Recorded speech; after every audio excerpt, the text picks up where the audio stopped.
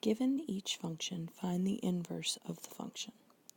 So I'm going to start by rewriting this as y is equal to x minus 5 over 9.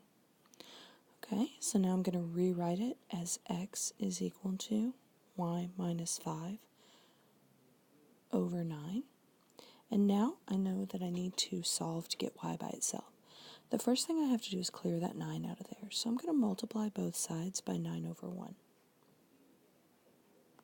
By doing that, that allows me to cancel that out.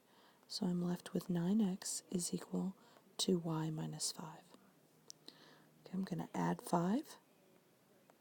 So now I have 9x plus 5 is equal to y. But I have to write it in the correct notation. So the correct notation is the inverse function is 9x plus 5.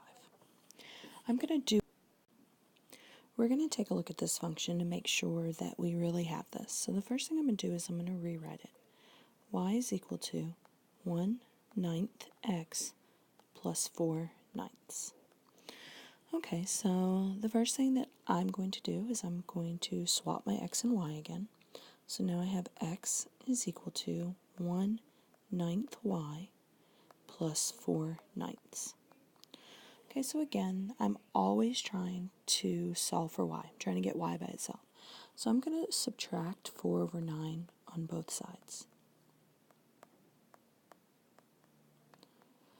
Okay, so I have to remember that when I am multiplying by 1/9, what I'm really doing is I am dividing by 9.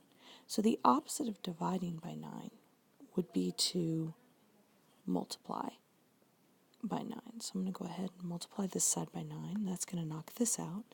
And I have to be very careful on this side that I do it to the entire fraction. So I've got 9x minus 4 is equal to y. Now I'm ready to write it in my final notation, which is going to be f of x to the negative 1 is equal to 9x minus 4. And I can take a moment to look at my work and check and see, hey, does that make sense? So I see in the original problem, I'm adding by 4. Here, I'm seeing that I am subtracting by 4. Those two operations are definitely inverses of each other. Up here, I see that I am dividing by 9. Down here, I see that I am multiplying by 9, and those are also inverses of one another.